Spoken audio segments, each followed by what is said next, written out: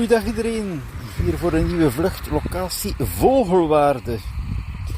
Dus Vogelwaarde is op 2 kilometer van de N290, meer bepaald aan de linkerkant. En hier heeft men natuurlijk die verbindingsroute, dus rechtdoor voor Hulst, de andere tegenrichting voor Terneuzen. Dus ik vlieg nu naar het aansluitingspunt met Rapenburg.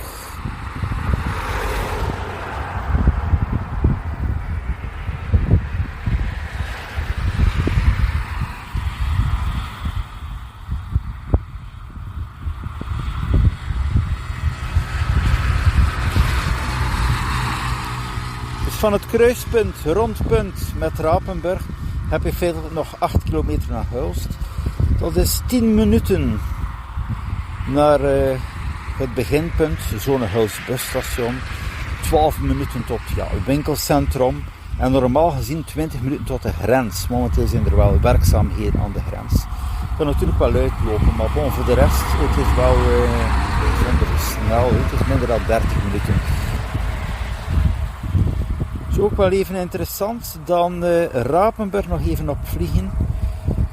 Dus de afslag hier via Rapenburg, Vogelwaarde binnen. Hier heb je ook een fietspad. Dus deze kant is wel goed. Er is een strookfietspad. En in de Schoolstraat heb je dat niet. Daarmee moet je wel de Schoolstraat vermijden als dat mogelijk is. Of dan, als je van de andere kant komt, via een lokale polderroute. Nog even Vogelwaarde binnen. En dan de Honoré Kerkgaardweg, de nieuwe verbindingsroute.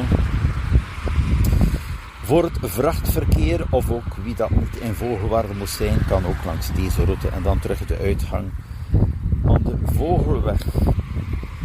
Dus rechtdoor de Westerschelde. Dus Hengstdijk, Camping de Vogel heb je dan ook daar. De Oude Haven. En dan ook via Kloosterzande, ja, kan je ook naar Walshoorden. En dan heb je dan die prachtige zone daarin. Ja, ook Perkpolder. Kijk, want hier van deze locatie, ik ben natuurlijk wel nog meer dan 5 kilometer van Perkpolder. Heb je dus ook al een zicht daar op de horizon. Het gebied, watergebied, een pracht van een zone om te fietsen, te wandelen, heb ik ook getoond op andere video's.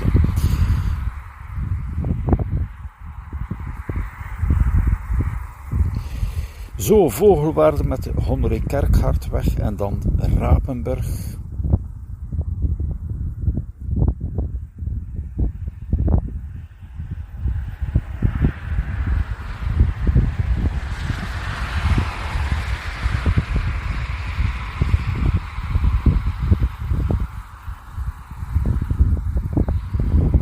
Het is natuurlijk veel verbeterd hier, vooral op drukke spitsmomenten. Hier die vrachtwagens die vroeger langs de Rapenburg moesten. En dan ook het geluid, de hinders. En nu heb je toch wel een rustige zone.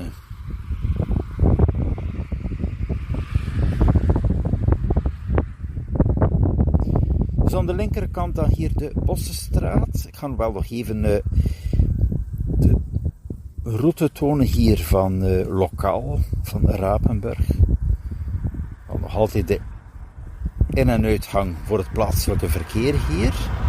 Nu ook met de fiets. En dan de aansluiting hier met de Bossenstraat, centrale straat, bijna 2 kilometer van lengte.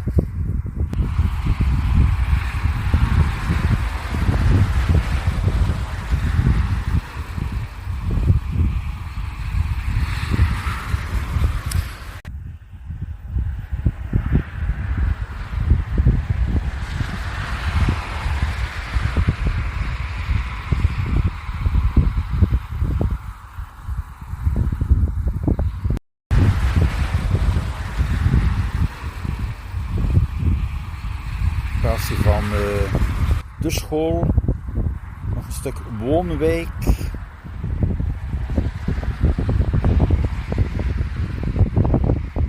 wat de bus momenteel betreft is dat via de Schoolstraat, dan de Bossenstraat op en langs Kloosterzand. Dat is ook de reden dat het wel veel tijd neemt. 25 minuten gemiddeld met de bus via Kloosterzand dan naar Hulst busstation.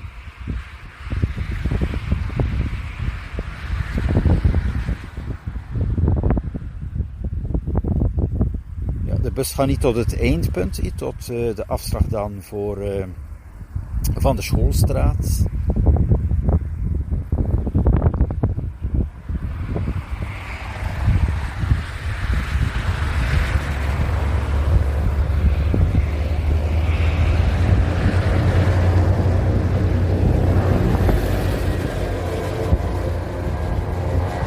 Zodat de locatie hier van de Schoolstraat, dus belangrijk, dus met de fiets, de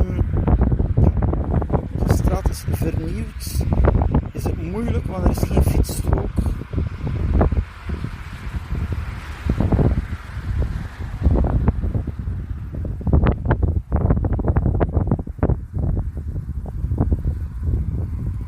Dus dat maakt, je kan dan best met de fiets verder doorrijden tot het eindpunt van Vogelwaarde en dan daar via een lokale polderroute.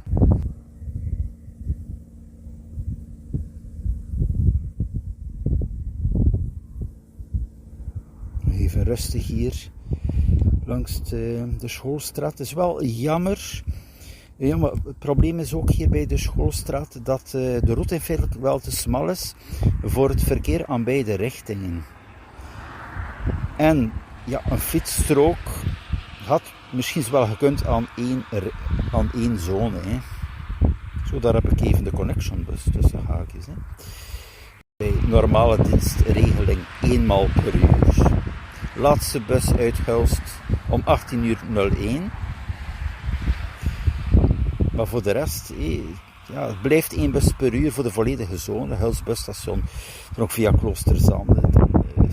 Tussenzones, hier ook. En dan zo verder naar Terneuzen busstation via Zaamslag ook. Hè.